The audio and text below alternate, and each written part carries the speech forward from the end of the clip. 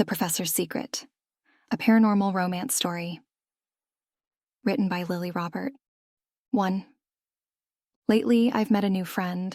I'm not one to make friends easily, so I really am grateful to have Juliet in my life. We immediately hit it off. Juliet just gets me. Sometimes I feel like I've known her forever, which is strange, because we couldn't be more different. Juliet embodies the kind of effortless charisma you either have or don't. And I don't.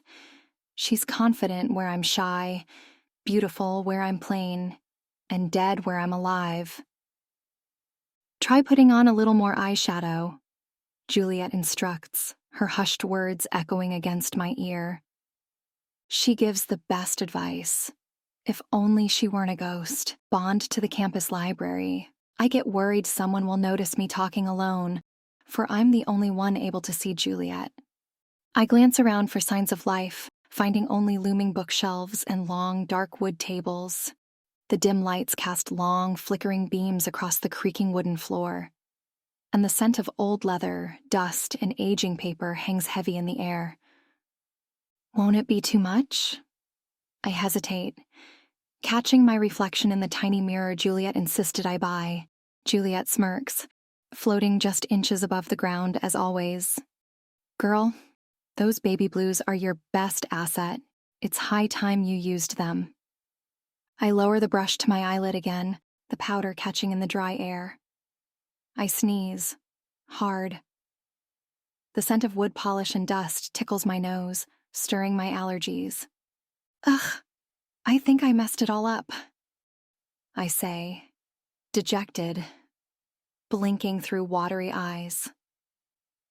Juliet's laughter distorts eerily in the quiet, like it's carried by the old stone walls themselves. So what? You can always start over.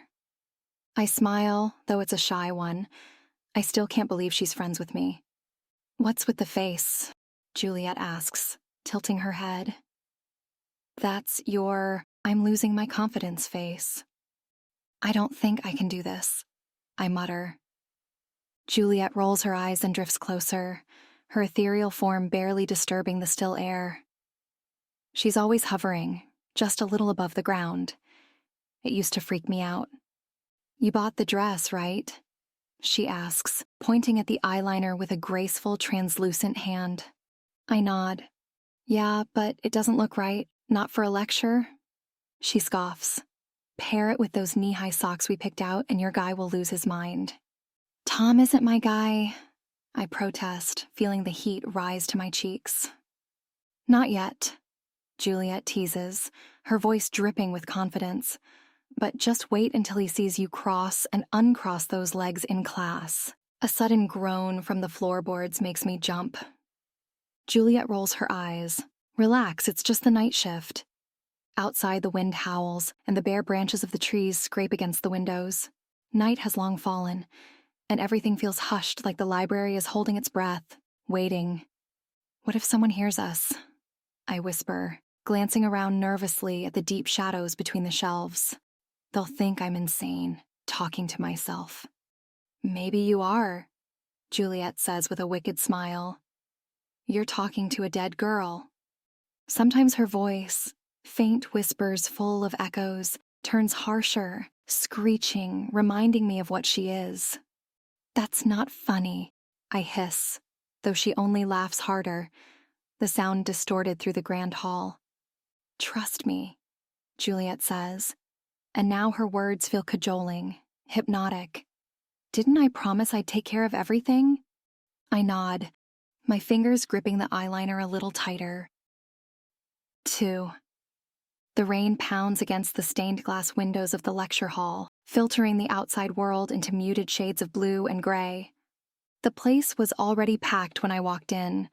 Professor Aldridge's lectures half full of brilliant literature prodigies on one hand and infatuated students on the other. Can't blame either type. This course is as brilliant as the man who teaches it, but it's Tom I'm searching for, his tousled hair catching the last light filtering through the arched windows. Juliet said I should sit next to him. I settle for a spot a few rows behind, feeling out of place in my short dress and colorful scarf, Juliet's idea to tie it in my hair. "Good afternoon, everyone." Professor Aldridge's voice cuts through the hall, deep and resonant, silencing the crowd in an instant. There's something about the way he moves, deliberate and firm, that makes the room seem smaller, like he could bend the space around him with nothing more than a glance. "I assume you're all caught up on your reading assignment, so we'll be moving straight to the symbolism in Henry James's work." His voice trails off as I notice Tom turning in his seat, his eyes finding mine with a warm smile. "Hey," he says, flashing his dimples, and I have to remind myself to breathe. "Do you have an extra pen?" Before I can think, I'm digging through my bag. When I hand him the pen, his hand brushes mine, and I feel heat rush to my face. "Sorry it took so long." I stammer. "Say something else," I tell myself, but the words are stuck in my throat. What would Juliet do? I wish she was here. The rest of the lecture blurs by, Professor Aldridge's deep voice brooding dark landscapes and tragic figures of Gothic literature. To conclude on the turn of the screw, the nature of the ghosts raises questions about unresolved desires. While their motives highlight classic Gothic themes of lingering attachment and moral corruption, the real ambiguity lies in the governess's perception of them. Are the ghosts truly there, exerting a corrupting influence, or are they manifestations of the governess's repressed desires? As I'm gathering my things to leave, Professor Aldridge's voice cuts through the room once more. "Lydia, please stay behind a moment." I stop halfway in my tracks. "Who, me?" I ask, feeling ridiculous because why would Professor Aldridge want to talk to me? Dozens of students are already lined up at his desk. "Yes, you." He beacons me over with a finger while sifting through some papers. As I approach, I catch him looking at the scarf in my hair, his eyes narrowing slightly. But he quickly looks away to deal with his questioning students, girls hanging on to his every word. I'm a little confused at the way they all swoon at his feet. Sure, his sharp features and dark hair make him look like he's stepped out of one of the books we study, but he's like a celebrity. Nice to look at, but impossible to reach. "Lydia," he says, his eyes lifting to meet mine. I have to admit, he does have particularly stunning eyes. "I wanted to discuss your latest paper on the fall of the House of Usher," he says. "A pretty bold stance you took there." He says this casually, though his gaze is focused and severe. I blink, unsure of how to respond. I'd barely read the material, too preoccupied with Juliet and her whispered instructions as she practically dictated the essay. "Oh," I shift on my feet, clutching my notebook tighter. "Bold? Really?" He arches an eyebrow. "I'd say arguing that the house is not merely a symbol for the family's decay, but a sentient entity is rather bold, yes." There's a pause, his gaze unwavering. "That said," he says, his eyes narrowing slightly, perhaps not as bold as stealing another student's thesis is. I gape. "Professor?" I protest. "I would never—" The man's gaze turns downright thunderous. "So the name Juliet Reed means nothing to you?" Hearing her name, my friend's name coming from this man's lips, feels like a slap to the face. How does he know Juliet? Our friendship has been so intimate, hidden in our little library bubble. It had never occurred to me that others may have known her from when she was alive. "We both know," he continues, "the library archives contain essays from notable past students." Perhaps he doesn't know her. Perhaps he just has easy access to the students' archives. But there's something defensive, if not downright protective, in the way he clenches his shoulders. Stealing another student work is bad enough, but stealing from one who— Professor Aldridge interrupts himself, pained emotions twisting his features. "Come to my office tomorrow. We'll discuss your performance in more detail." I walk out of the lecture hall, head swirling with questions. 3. I rush into the library, my heels echoing sharply against the creaking wood floors.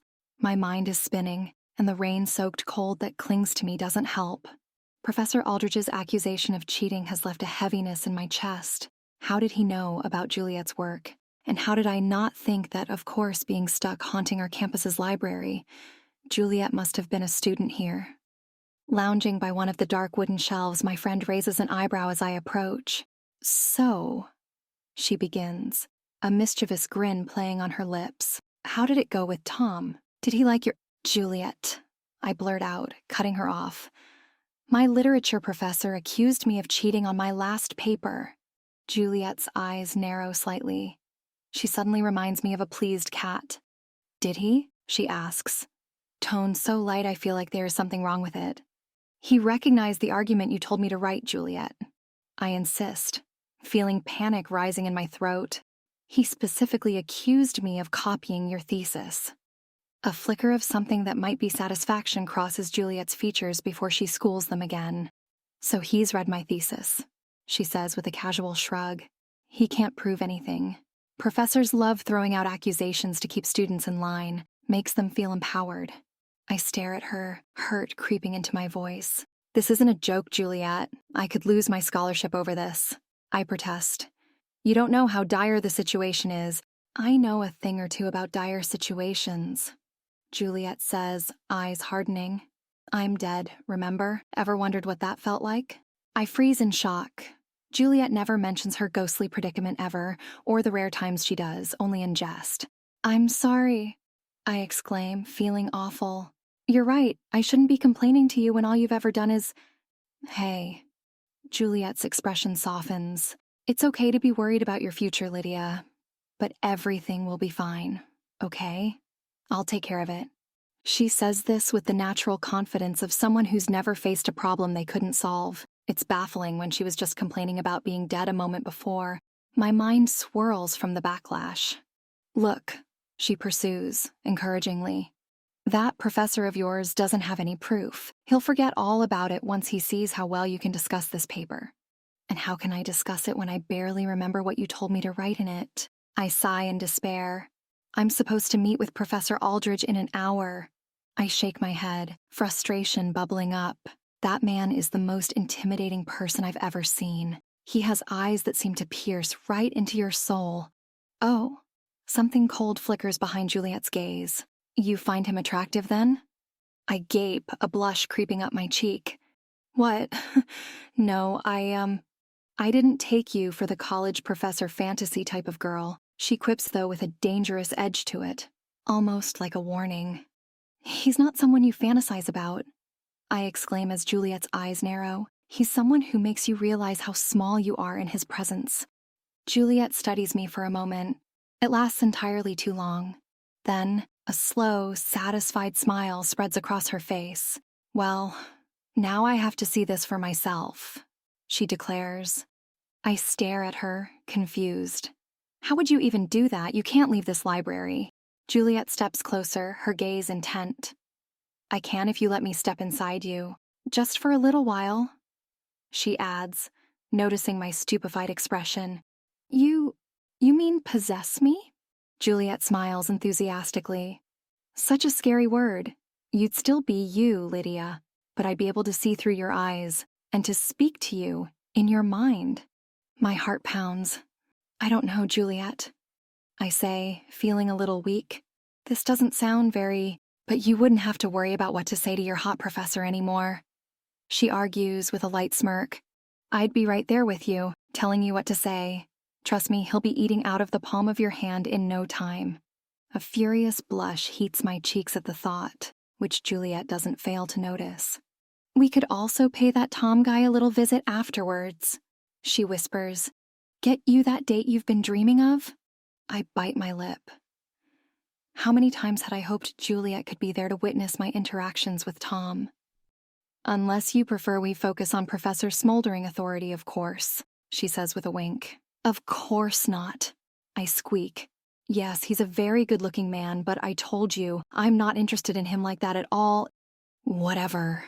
Juliet lets out a soft laugh, the sound airy and comforting. Don't worry, we'll do whatever you want. I hesitate, a deep, instinctual fear twisting in my gut. But then I remember Aldridge's stern gaze, the way he practically dismissed me as a fraud. If I can't convince him, I could lose everything. Will it hurt? Juliet's smile is gentle, almost maternal. Of course not. Don't you trust me? Her words soothe some of my fear, and I nod reluctantly.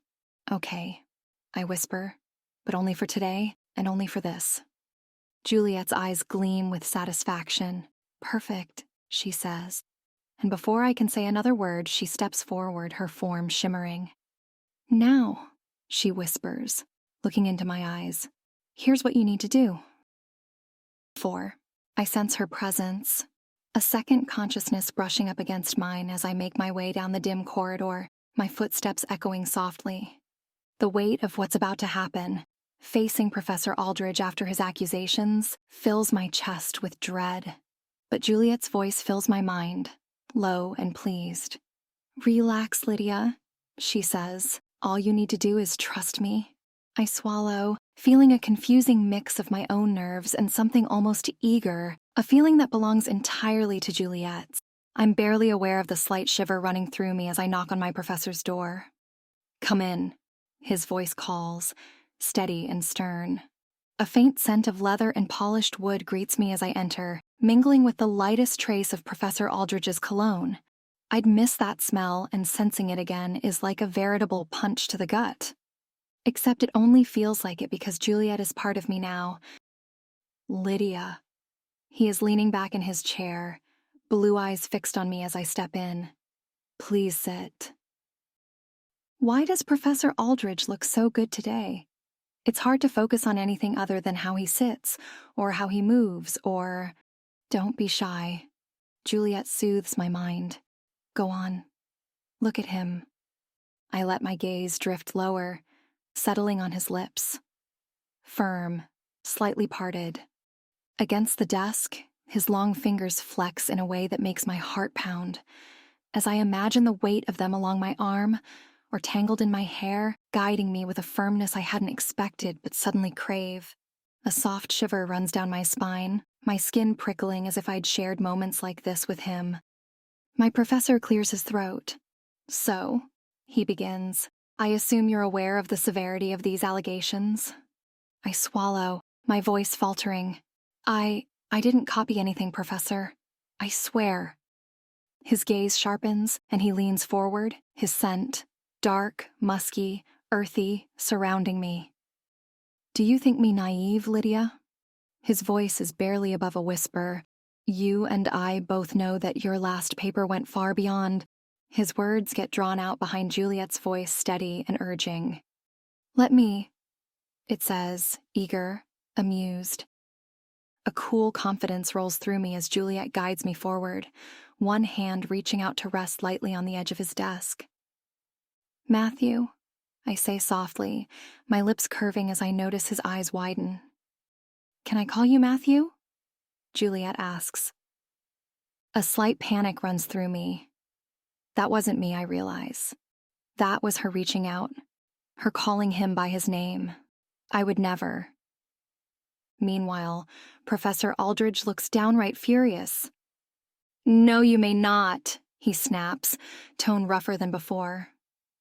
I would have jumped out of my seat without Juliet, who makes me tilt my head just so as to meet his gaze. Feeling shy, are we? She asks with a smirk. His breathing shifts, catching slightly. Then he recoils. I don't know what you're playing at. He barks, furious. But if you think for a second you can get away with plagiarism by doing whatever it is you're thinking of. Shame fills me, but Juliet is laughing in my mind. He's flustered, she tells me. A thrill sparks in my chest, mixing with a deep satisfaction that doesn't quite feel like my own. I feel my body lean forward, the faintest hint of a smile on my lips, my professor's attention focused on me. He's angry, yes, but he's looking at me. Look, sir, let's cut to the chase. You have no proof I've cheated. And if you check the library records, you'll find no trace of me ever going into the archives to read. Whose work am I meant to have copied again? His face pales and he leans back slightly, his hand tightening around a pen.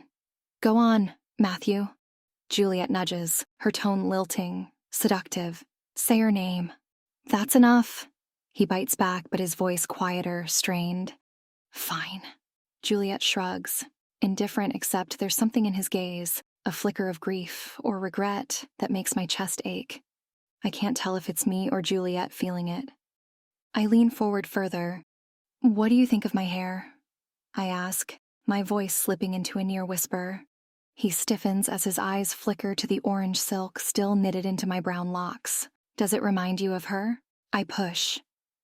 I inch my hand closer, close enough that my fingers graze his wrist. His skin is warm and I feel a shiver of satisfaction ripple through me when he swallows, his throat working as he struggles to maintain his composure. Get out of my office. He snaps, but his voice wavers. I did that, I think. I made this man so flustered he can't even look me in the eye anymore. Don't think I won't be looking for proof, he tells me warningly. Inside my mind, Juliet's laughter echoes in soft, pleased bells. Maybe we could talk about it, she says. 6 p.m. tonight? Our place? He pales. His expression is a mess of confusion and something raw. Something that makes him look like he's struggling to keep control. The sight of him like this, vulnerable and conflicted, sends a thrill through me. Leave, he manages, his voice tight. I rise slowly, his gaze following the movement. Once I'm outside his office, what just happened hits me as coldly as the crisp autumn air. I can't deny that something about the encounter was utterly thrilling, but it also dawns upon me that Juliet, who said she'd just be watching the world from behind my eyes, had been running the entire show. 5. As I step outside Professor Aldridge's office, the cold autumn air bites into my skin, but it's nothing compared to the chill settling in my bones. Juliet, my voice falters as I search for the words. Oh, shush, Juliet coos, her voice filling my mind like an intoxicating fog. You loved it. There's a dark satisfaction in her tone that makes my stomach twist. No, Juliet, I whisper, my voice barely audible. You did. I swallow, dread inching up my spine. What exactly are you trying to do with Professor Aldridge? You were supposed to help me convince him, not flirt with him. And I did, she interrupts, a hint of irritation lacing her tone. But men like these need to be put in their place. He wasn't going to drop it by asking nicely. She pauses, her voice shifting, becoming softer, almost coaxing. I did it for you, to protect you. You need to keep your scholarship, remember? Before I can respond, a voice cuts into our conversation. Lydia, are you all right? Tom is standing nearby, watching me with a concerned expression. I'm fine, I stammer, pulling back slightly as I realize how I must look, flustered, flushed, and still half dazed from the encounter with Aldridge. I force a small smile, but Tom's concern doesn't waver. You sure? He asks, his voice gentle. You look a little pale. I feel Juliet retreating, just barely, as if letting me fumble through the moment. Her presence hovers in the back of my mind, watching, waiting. I nod, gesturing vaguely as I say, Of course, yeah, totally fine. Tom eventually nods. All right, if you're sure. He turns, his footsteps receding down the hall. A pang of desperation tugs at my chest. I want to call him back, to somehow keep him here. My silence fills me with regret, and I feel Juliet's influence seeping back in, her voice soft but insistent. Babe, she whispers, you're letting him slip right through your fingers. I watch Tom's figure grow smaller, the confidence I'd felt moments ago fading like a distant memory. Fine, I mutter. Help me. Juliet's satisfaction is immediate. She takes control smoothly, raising my voice with a cool confidence that feels foreign. So, when are you planning to do it? Tom stops, looking back with a frown. Do what?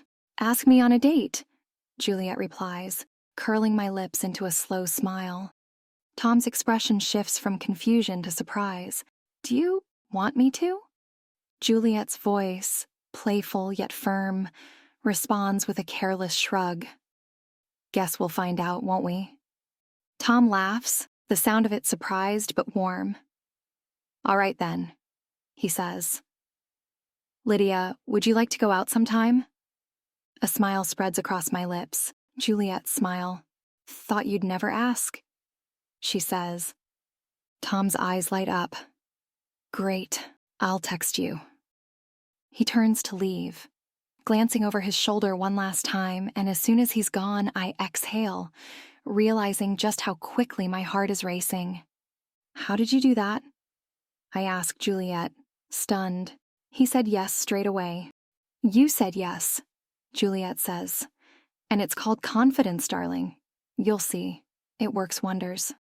I smile, feeling our usual bond once more. Juliet is my friend.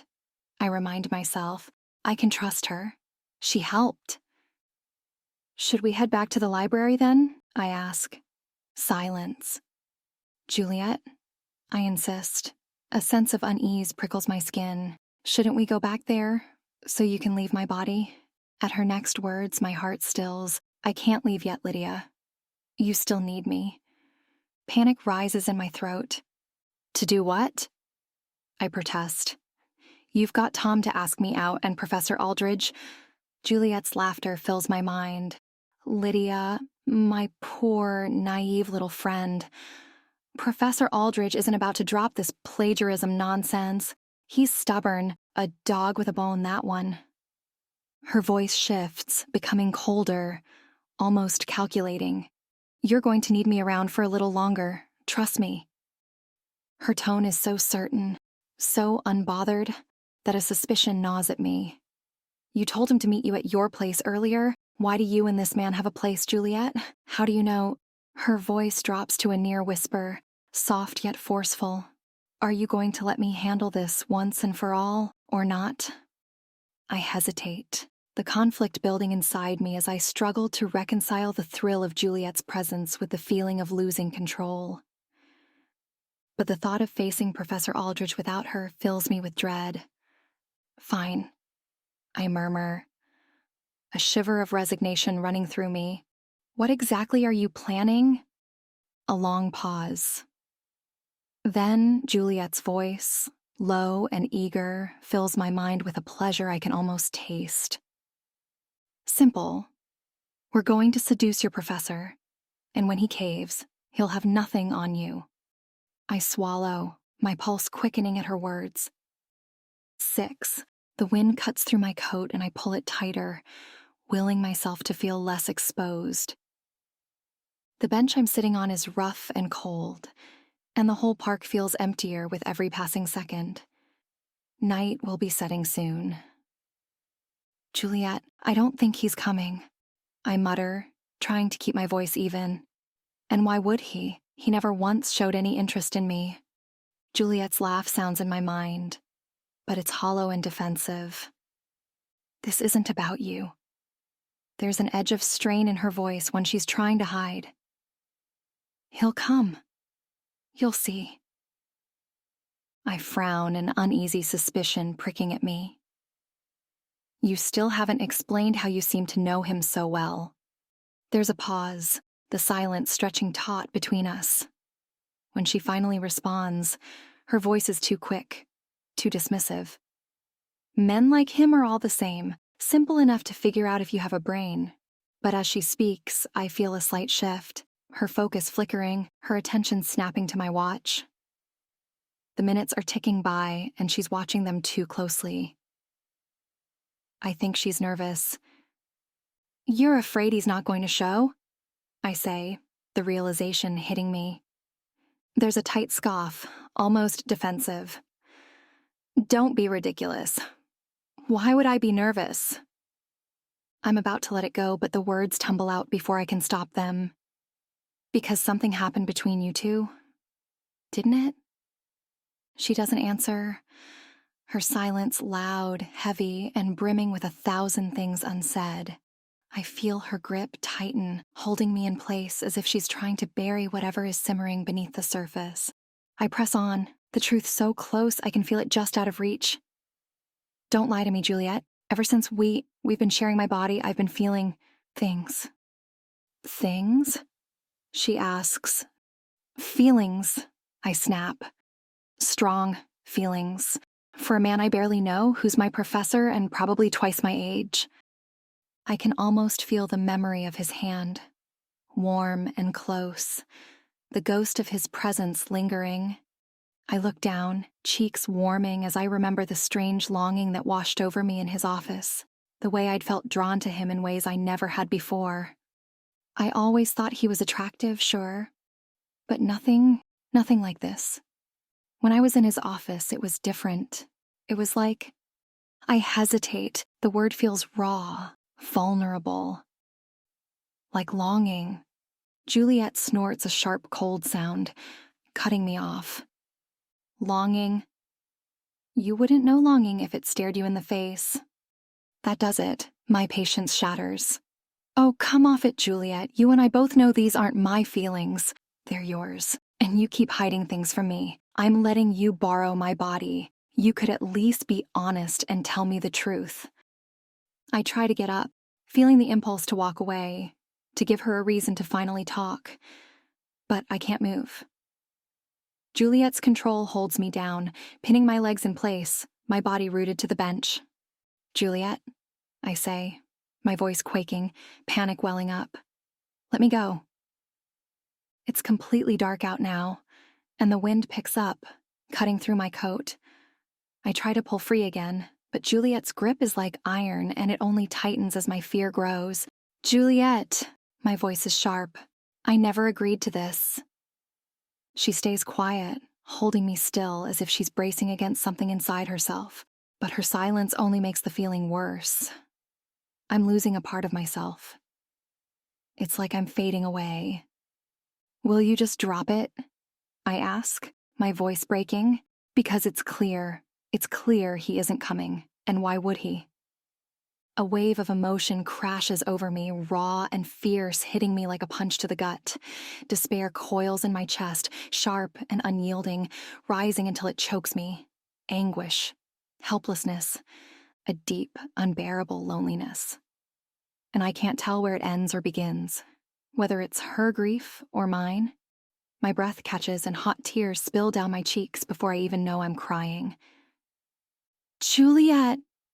I choke out, gasping through the flood of emotions. Please, tell me.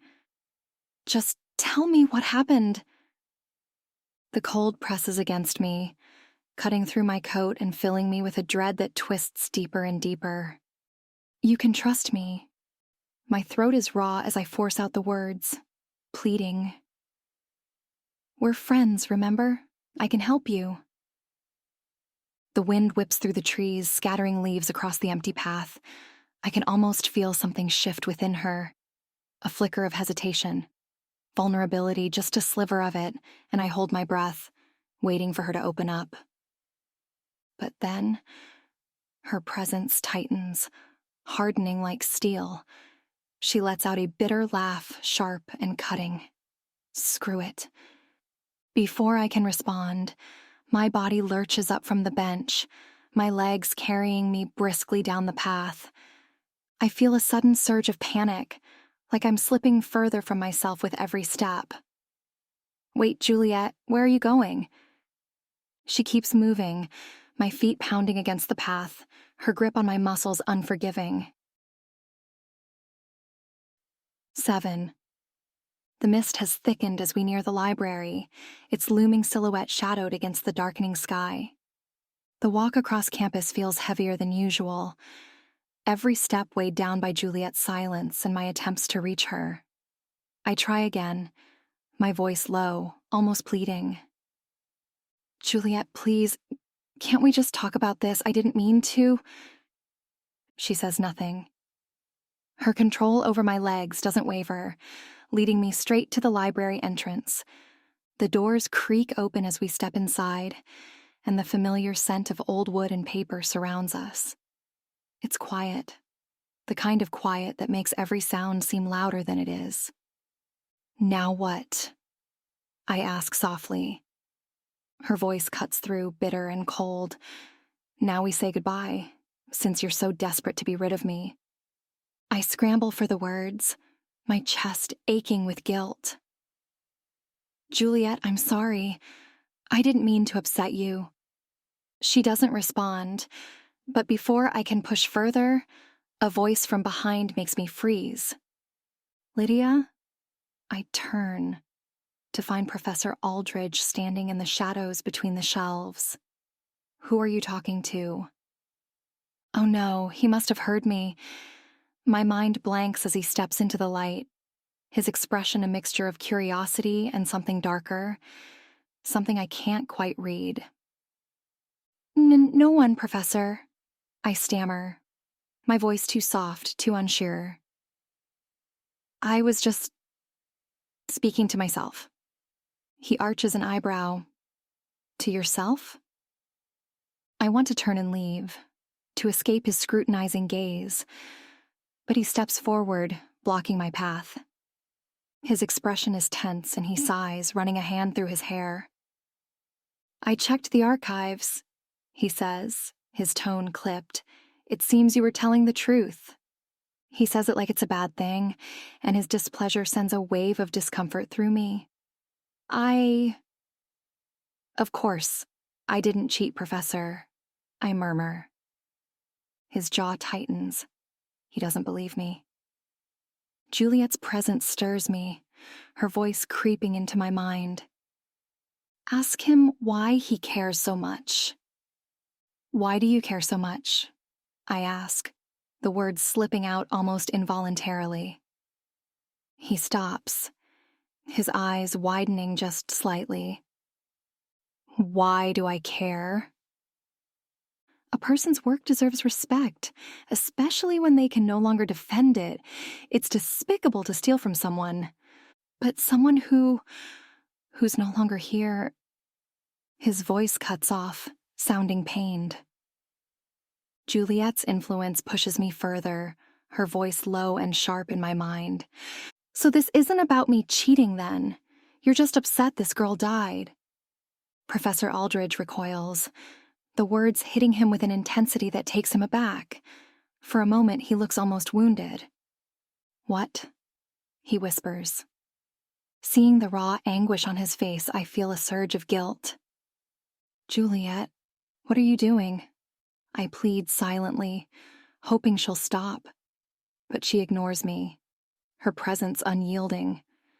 Desperate to de-escalate, I manage to regain control, forcing my voice into something softer, more careful. Professor, Juliet was your student. I'm guessing that's why you feel so strongly about protecting her work. It must have been a shock when she died. His jaw clenches, and he briefly looks away, but I catch the flicker of grief, the subtle tightening around his eyes.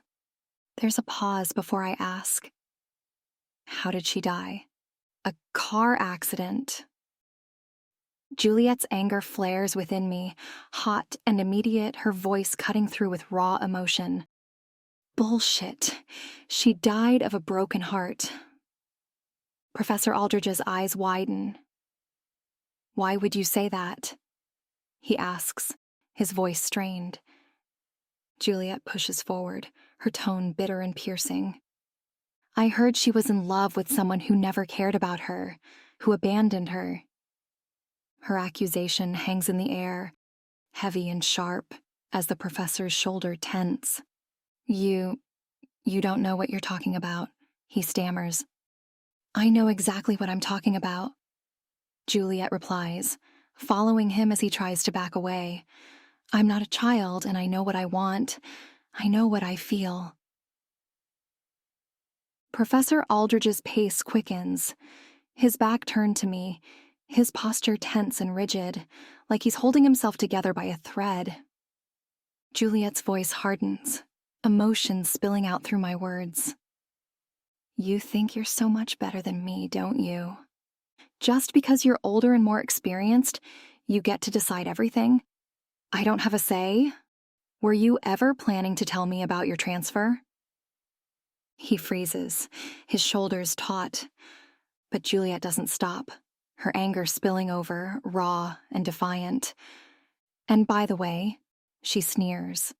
I stand my ground. Wuthering Heights isn't about obsession, it's about love, and if you can't see that, maybe You're not as brilliant as you think." Aldridge flips around, his expression a mix of shock and disbelief, his eyes wide as he stares at me. "We haven't discussed Wuthering Heights together," he says, his gaze raw and desperate. "Yes, we have," Juliet replies. We discussed it multiple times, in class, in your office, here, that time we celebrated my birthday and you somehow got drunker than me."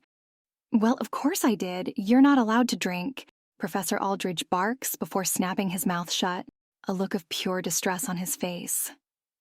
Through Juliet, I feel a rush of satisfaction at seeing him look so lost and anguished, happy to finally experience what it's like having the upper hand with this man.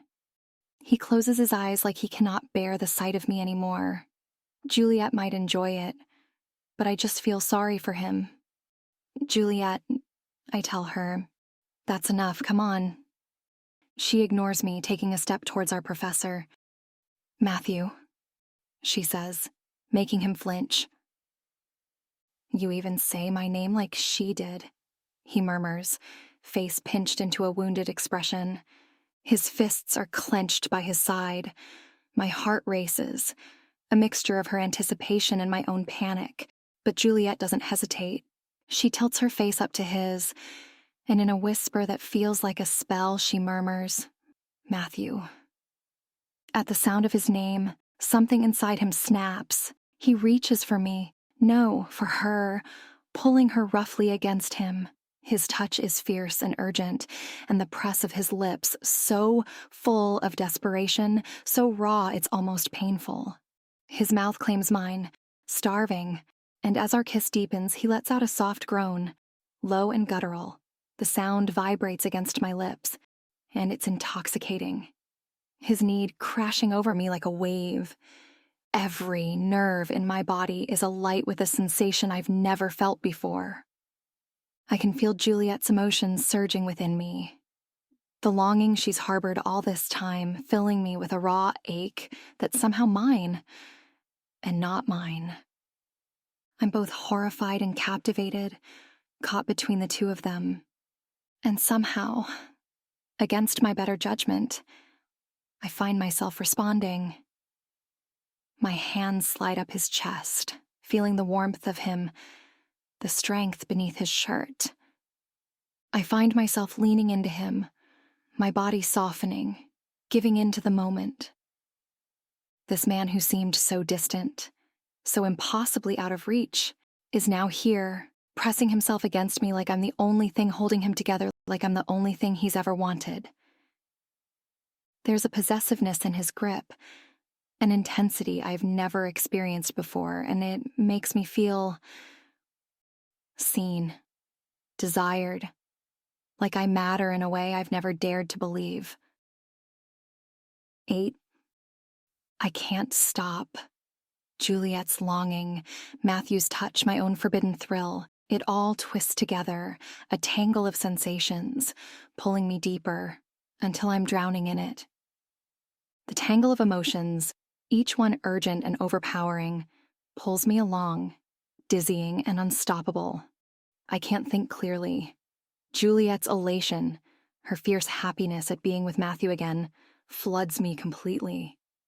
I'm swept up, allowing myself to be pulled along as he takes my hand, leading us up the winding staircase of the old clock tower. The air feels thick with anticipation, each step echoing against the stone walls. The tower looms over the entire campus, cloaked in shadow as we climb higher and higher. At each landing, he stops, turning around, his gaze intense, searching my face, a flicker of hesitation in his eyes. But Juliet always knows exactly what to say or do, tilting her head just so, giving him a knowing look, saying something only they would understand. Their history feels real, tangible, something I've intruded on but can't quite pull myself from. The air grows thinner, and I'm breathless, not just from the climb, but from the weight of Juliet's emotions, her sorrow and desperation. It's almost suffocating, an intensity that fills my chest until I don't know what's hers and what's mine. At the top, we reach the small platform overlooking the misty campus. The air is sharp and cool, carrying the distant sounds of life below us. But here it's silent, a world in and of itself. Matthew turns to me, his gaze soft and vulnerable, his hands coming up to cup my face. "How is this possible?" he whispers, his voice trembling. "Are you really here?" Juliet's answer is a kiss, a touch that stretches out in the quiet like she's trying to bind herself to him forever. "Does this not feel real to you?" she murmurs. He closes his eyes as if the answer is too painful to face. "But," he breathes, his voice trembling, "you died, Jules." I feel Juliet's panic surge. Before I can process it, her lips are on his again, a plea not to pull away. I feel my hand slipping under his shirt, my fingers grazing his skin, his body so solid, so real beneath my touch. He breaks away, his chest heaving as he holds my hands at bay. And what about Lydia? The name rings between us, and the hurt that fills Juliet is sharp, cutting through her joy like a knife. I feel it too, the bitterness, the sting of betrayal. But at the same time, a strange warmth unfurls within me, an odd sense of validation that Matthew would think of me at a moment like this. "Lydia isn't here," Juliet says, her voice trembling with bitterness. "She's gone." But the words, hollow as they are, somehow empower me. I can feel my own will pushing back against her, a surge of desperation as I claw my way to the surface. My hand reaches out of its own accord, catching Matthew's wrist. "Professor, help me." "Lydia?" he whispers, voice raw and breaking. Juliet's anger flares, white hot, and she shoves me back, her voice thundering in my mind. "Shut up!" she snarls. "You're ruining everything. You want him for yourself." I shake my head, the panic rising again. "I don't want him," I manage to whisper, my voice choked. "I just want my body back." Matthew's hands grip Juliet's shoulders, shaking slightly as he looks at her with pleading eyes. "Juliet," he whispers, his voice thick with grief and anger. "What did you do to Lydia?" Juliet's composure shatters. Her voice trembles with hurt as she lashes out. "Now you even care more about her than me? Did you ever even care about me at all? Or was I just another girl in a long line of students?" His face crumples, and I can see the way his body slumps as if her words have struck something deep within him. "Juliet," he says, his voice barely a whisper, "there was never anyone else. I haven't been with anyone. Not since I met you." For a moment, her anger ebbs, replaced by a fragile relief that I feel settle in my own chest. She looks at him. "Then now we can be together," she says, pressing her lips to his. Fervent, desperate. 9.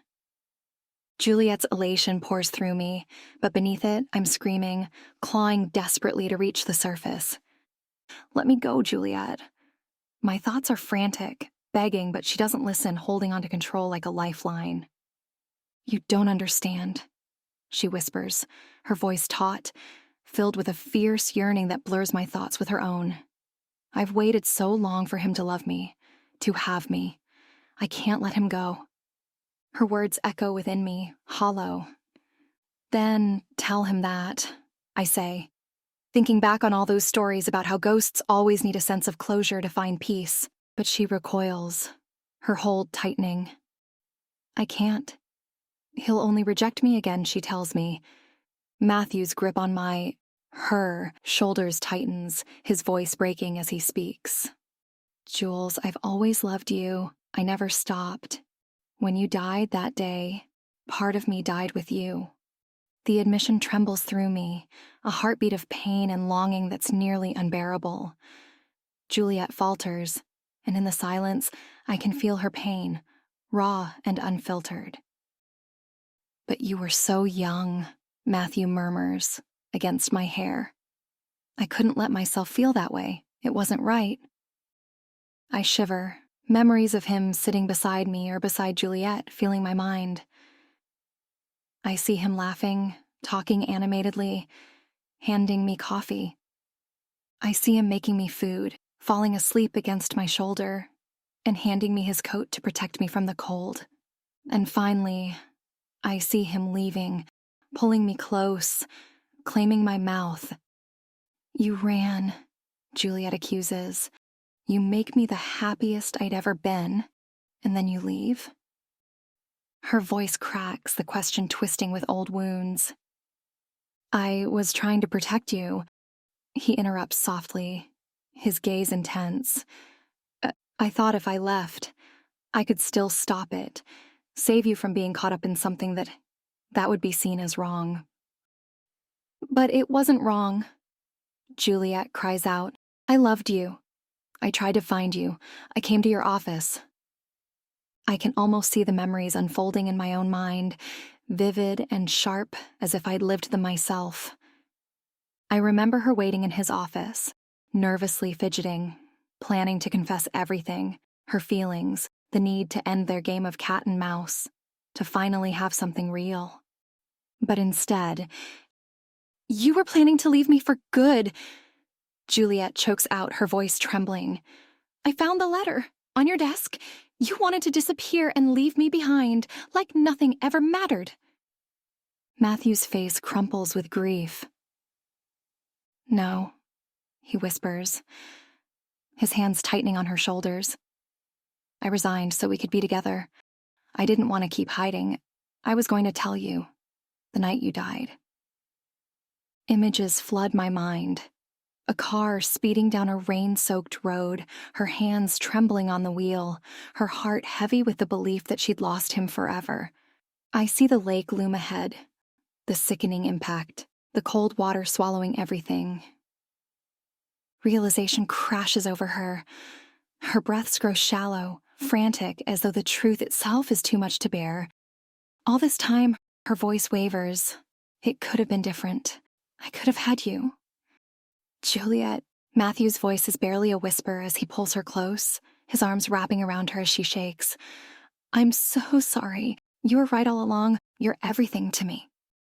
I feel her sorrow, her regret, tearing her apart. She clings to him as though she could will him to rewrite everything that had gone wrong.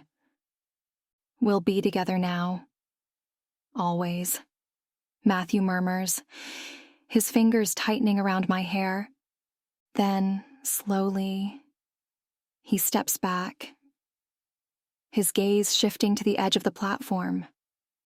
Something about how it lingers sends a chill through me. His eyes drift back toward me, and he reaches out, his voice soft but resolute. Thank you, Lydia, he says, for helping Jules. Don't worry. Everything will be all right now. His words echo as everything begins to fade. He seems to be further and further away. I reach out my hand, and then a wave of darkness pulls me under until all that's left is silence. 10. The morning light streams through the library's stained glass windows, casting fractured colors across the worn wooden tables. I blink, disoriented. My neck aches, and as I sit up, I realize I must have fallen asleep here somehow. My mind feels hazy, a blur of emotions and sensations, remnants of something intense and ungraspable. On the table beside me, my notebook lies open, pages filled with notes from last night. The Turn of the Screw, the novel we've been studying in Professor Aldridge's class, stares back at me in my own handwriting. My scrawled notes ask whether the ghosts were real or just repressed manifestations of something terrible and hidden. A chill runs through me, though I can't tell why. I close the notebook and push myself up, still feeling a strange pull of unease as I leave the library. Outside, the day is clear, but something feels wrong. An odd quietness hanging over the campus. As I walk, the distant sound of sirens becomes louder, and as I near the courtyard, my steps slow. Police cars and an ambulance are gathered by the clock tower, their lights flashing, and officers mill around, their faces grim. Students are clustered around, whispering, their expressions filled with shock and astonishment. Drawn by a growing sense of dread, I make my way toward the crowd. I catch sight of something dark staining the ground, pooled and glistening at the base of the clock tower. A pang of nausea hits me, and I swallow hard, turning to look away, only to be met by a campus security guard blocking my path. "Please back up, miss," he says, his voice stern but tinged with something softer, troubled. "The campus is closed today. Head back to your dorm, all right?" "What happened?" I ask, my voice barely more than a whisper, a part of me already knowing he won't answer. He just shakes his head, looking away. "Just go back, please." I nod numbly, turning to step back, but my gaze drifts upward. I follow the towering structure from the bottom to the top of the clock tower. The wind picks up, carrying the faintest echo of a voice, close to my ear. My heart skips a beat as a sensation, light and familiar, wraps around me. A pair of arms I can't see. And Juliet's voice, quiet, yet unmistakable. "Matthew and I are together now, thanks to you." Her words linger, a whisper settling into my chest, heavy and bittersweet.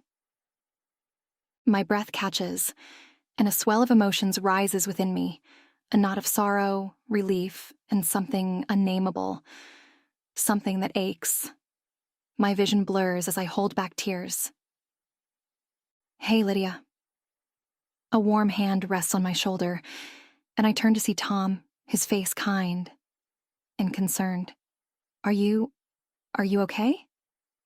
I nod, forcing a smile, but then Tom gives me a kind look, and suddenly I don't feel like hiding my emotions anymore. A single tear slips down my cheek, followed by another. Tom's eyes soften, and he gives a small nod, as though he understands more than he lets on.